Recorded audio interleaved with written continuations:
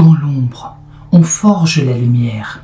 La chaîne, ombre perdue, ne cherche pas la gloire. Elle avance, comme Guts, contre le vent, contre l'oubli. On y parle manga, jeux vidéo, et de ce feu qui brûle en silence. Mais pour briser les chaînes de l'algorithme, il nous faut 1000 abonnés. Pas pour la vanité, pour que cette voix, celle d'une mère et de son fils, ne soit pas étouffée. Abonnez-vous, soutenez cette quête, car chaque clic est une épée tendue dans la nuit. Nous aimerions que cette chaîne soit un vrai espace de partage entre nous. Alors, si un manga ou un jeu vidéo vous tient à cœur et que vous aimeriez que j'en parle, proposez-le-moi. Cette chaîne, c'est autant la vôtre que la nôtre. Même si les mangas ne sont pas forcément votre passion, un petit abonnement ou un like, c'est déjà un énorme soutien. Je partage tout ça avec passion et peut-être qu'en me suivant, vous découvrirez un univers que vous allez adorer.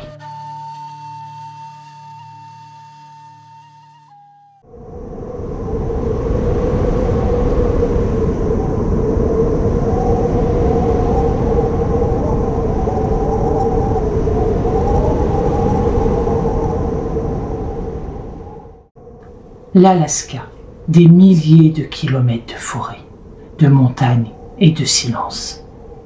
Un territoire sauvage où l'homme n'est qu'un visiteur de passage. Là-bas, les nuits d'hiver durent des semaines et dans l'obscurité, tout peut se cacher. Depuis des décennies, les habitants des zones reculées racontent la même histoire, celle d'une créature mi-homme mi-loup. Un prédateur capable de se déplacer debout, aux yeux jaunes et au souffle chaud comme une bête. Certains l'appellent simplement le Dogman.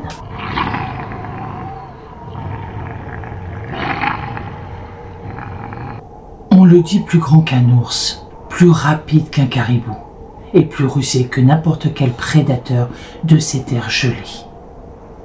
Il ne laisse derrière lui que des traces étranges, et parfois des corps déchiquetés que les autorités peinent à expliquer. Ce soir, je vais vous raconter 3 témoignages glaçants, 3 rencontres vécues par des hommes et des femmes ordinaires, là où la civilisation s'arrête et où la peur commence. 3 histoires vérifiées, recoupées et pourtant impossibles à croire. Alors, installez-vous. Éteignez les lumières et écoutez, car dans le froid de l'Alaska, le Dogman rôde encore.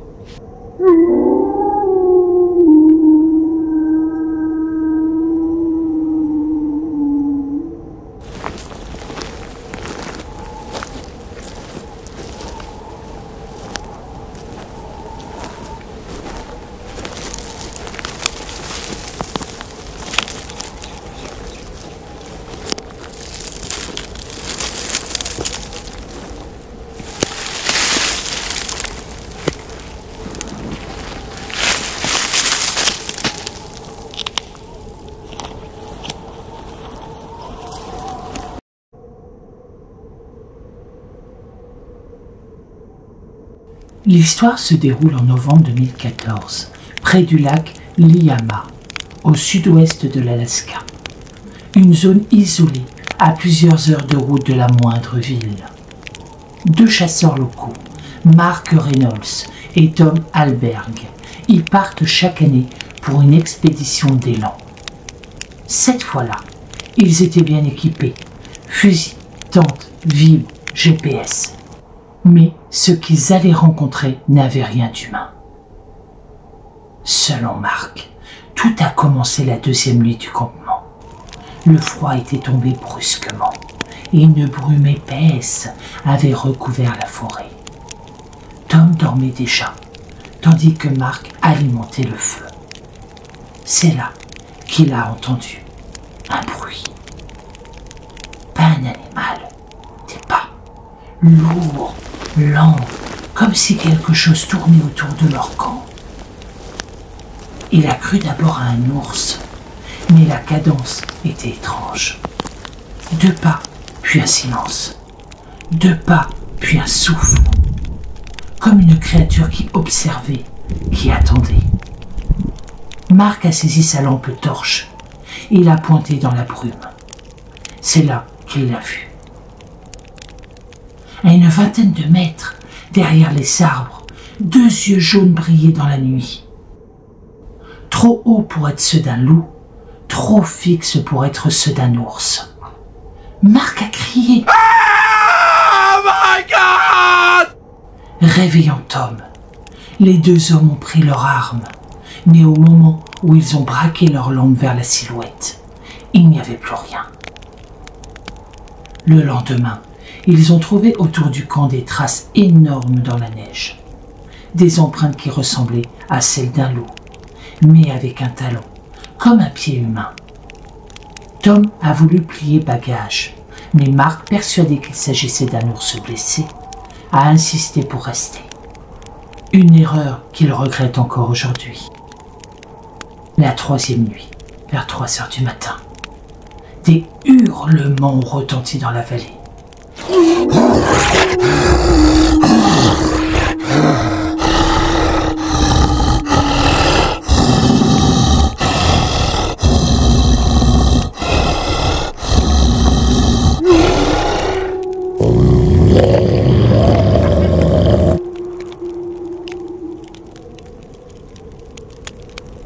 Pas des loups, des cris profonds, presque humains, déformés, douloureux. Tom a paniqué. Il voulait partir tout de suite.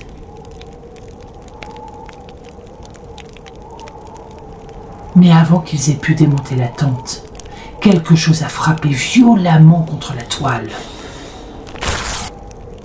Les 2 hommes se sont réfugiés dehors, lampe allumée, et là. Ils l'ont vu. À 10 mètres d'eux, une silhouette noire, massive, dressée sur ses pattes arrière. Des épaules larges, un torse humain, une tête de loup. Et ce souffle fort, rauque, qui formait de la vapeur dans le froid. Marc raconte qu'il a tiré 2 fois.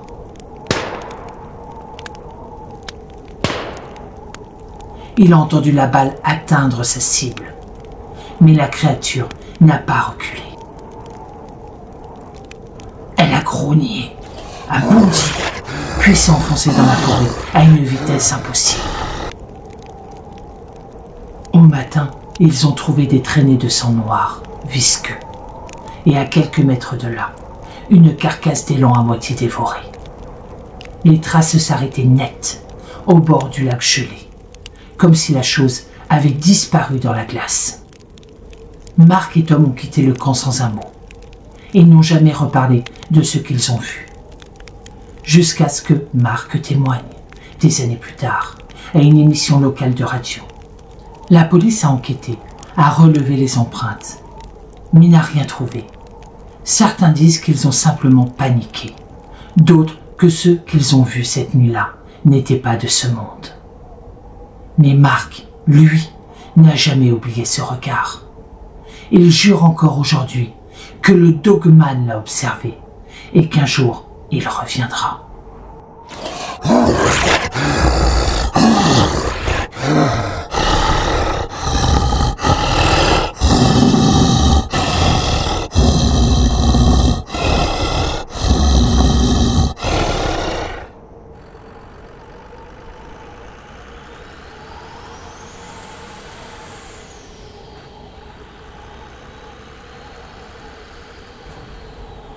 Le 2e témoignage provient d'un homme que tout le monde connaissait dans la région. Jack Mercer, 52 ans, camionneur depuis plus de 30 ans. En janvier 2018, Jack devait livrer du matériel sur un site pétrolier isolé, situé au nord de Fairbanks, le long de la Dalton Highway. Une route mythique, mais aussi l'une des plus dangereuses du monde. 666 km de glace, de silence et parfois de choses que personne ne peut expliquer. Jacques roulait seul, Il faisait moins 35 degrés. Sa radio captait à peine. Autour de lui, juste la nuit. Une nuit noire totale. Vers 2 heures du matin, il a aperçu quelque chose au bord de la route. Une forme sombre, immobile. Il a d'abord pensé à un élan, ou peut-être un ours. Mais plus il approchait, plus il se rendait compte que la silhouette était debout. À environ 20 mètres, les phares ont illuminé la créature. Jacques a décrit une bête gigantesque, entre 2 et 3 mètres de haut, au torse large, à la fourrure noire et épaisse. Ses bras pendaient presque jusqu'au sol, et son visage ressemblait à celui d'un loup, mais avec des traits humains, presque intelligents. Jacques a freiné net.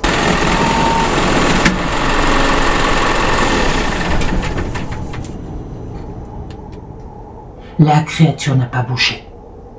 Elle fixait la cabine. Et puis soudain, elle a commencé à courir. Jacques a paniqué. Il a accéléré, mais la chose courait à côté du camion. À plus de 100 km/h sur la neige dans la nuit. Comment cela peut être possible? Il pouvait voir ses yeux jaunes à travers la vitre. Il pouvait entendre son souffle contre la portière. Puis, un impact violent. Le monstre venait de frapper la cabine. Jacques a failli perdre le contrôle. Il a juré avoir vu la griffe énorme de la créature traverser la neige du pare-brise. Puis, d'un bond, elle a disparu dans la forêt. Jacques a roulé sans s'arrêter jusqu'à Col de Faute, la prochaine station-service à plus de 120 km. Là-bas, un autre camionneur, Bill Hanson, se souvient encore de son visage en arrivant. Blanc comme la neige, les mains tremblantes, incapable de parler. Le lendemain matin, ils sont allés voir le camion. La portière côté conducteur était enfoncée. Une large marque de griffes, profonde comme des entailles de couteau, s'étendait sur toute la tôle. Aucune trace d'impact d'animal, rien qui puisse expliquer ce genre de dommage. Jacques a rapporté les faits à la police de Fairbanks. Les agents ont noté le rapport, mais n'ont trouvé aucune empreinte dans la neige. Pourtant, Bill et d'autres routiers ont juré avoir entendu ces mêmes hurlements plusieurs fois le long de la Dalton Highway, souvent au même endroit, entre les bornes 197 et 202. Depuis cette nuit, Jacques ne conduit plus jamais seul sur cette route. Il dit que parfois, quand il roule encore dans le nord, il a l'impression d'être suivi. Dans son rétroviseur, il croit apercevoir une silhouette qui marche lentement dans la lueur des phares. Personne ne sait ce que Jacques a vraiment vu cette nuit-là. Mais chaque hiver, des dizaines de routiers rapportent des ondes étranges, des bruits de pas, des griffures sur leurs remorques ou des hurlements à travers le blizzard. Certains disent que la Dalton Highway n'est pas seulement une route, mais un territoire. Et que là-haut, le Dogman chasse les intrus.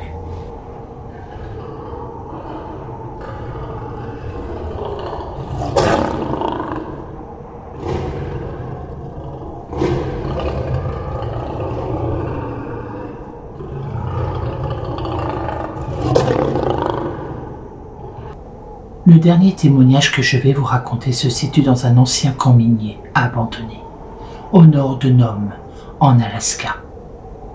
En mars 2016, Emily Carter, une jeune biologiste venue étudier la faune locale, a décidé de passer la nuit dans un petit bâtiment en bois, l'un des rares abris encore debout sur le site. Elle voulait observer les loups, les renards et les traces d'animaux sauvages, loin des sentiers battus.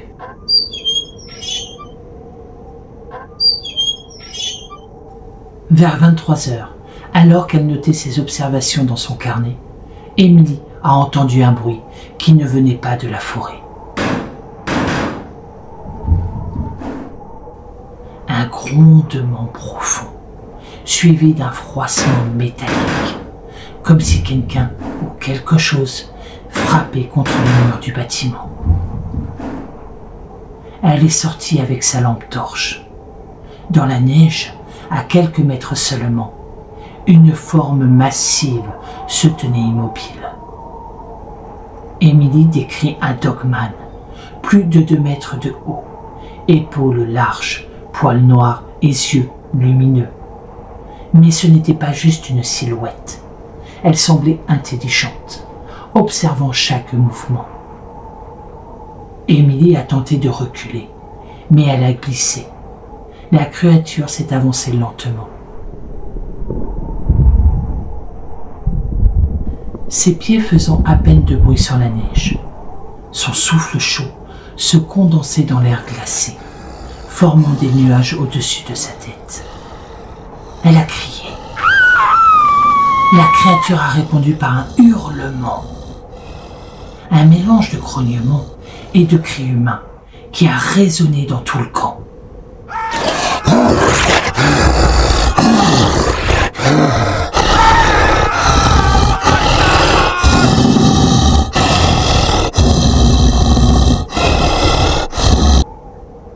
Emily a couru vers le bâtiment, claquant la porte derrière elle. Mais le dogman n'a pas reculé. Il a frappé contre le bois, laissant des entailles profondes dans les planches, comme si elles s'étaient faites de papier.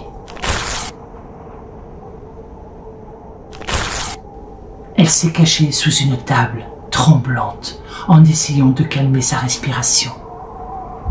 Pendant ce qui a semblé être des minutes interminables, la créature a fait le tour du bâtiment.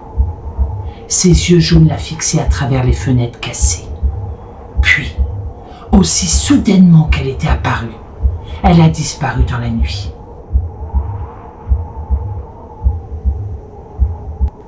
Le lendemain matin, Emily a découvert des empreintes gigantesques autour de l'abri, certaines dépassant 40 cm de long, et des traces étrangement humaines et animales à la fois, mélangeant des doigts griffus et des doigts humains. Elle a raconté son histoire à ses collègues, mais personne n'a voulu la croire.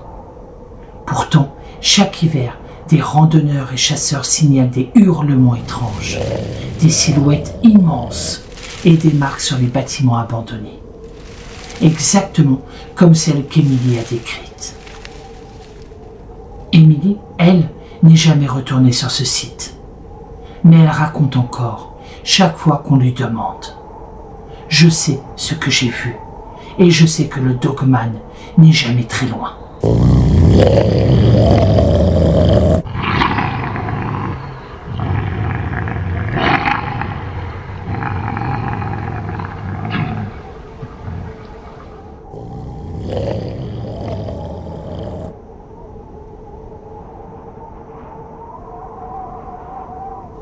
Trois histoires, 3 rencontres terrifiantes avec une créature que peu ose affronter, le dogman.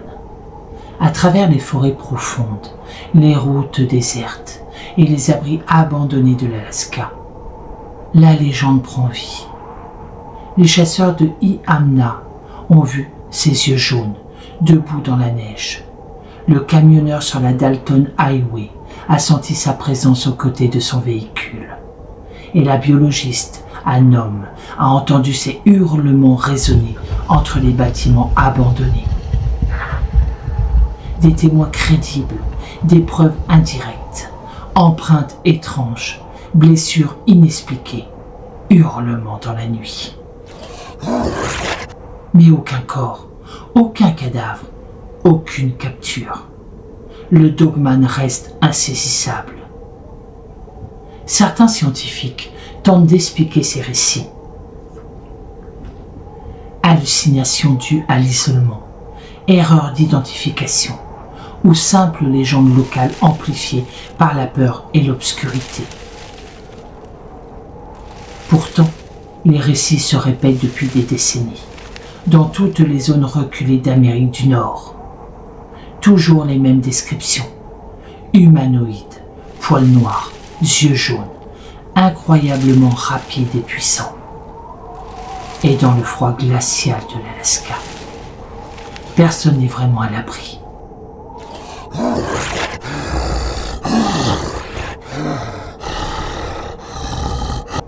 La vérité, peut-être que personne ne le sait. Peut-être que le dogman n'est pas seulement un animal. Peut-être qu'il est quelque chose d'ancien, quelque chose qui observe, apprend et attend le bon moment pour apparaître. Alors, si jamais vous traversez une forêt reculée ou une route enneigée en Alaska, si vous entendez un craquement, un souffle lourd ou un hurlement dans la nuit, rappelez-vous ces témoignages et souvenez-vous que parfois la légende est bien réelle.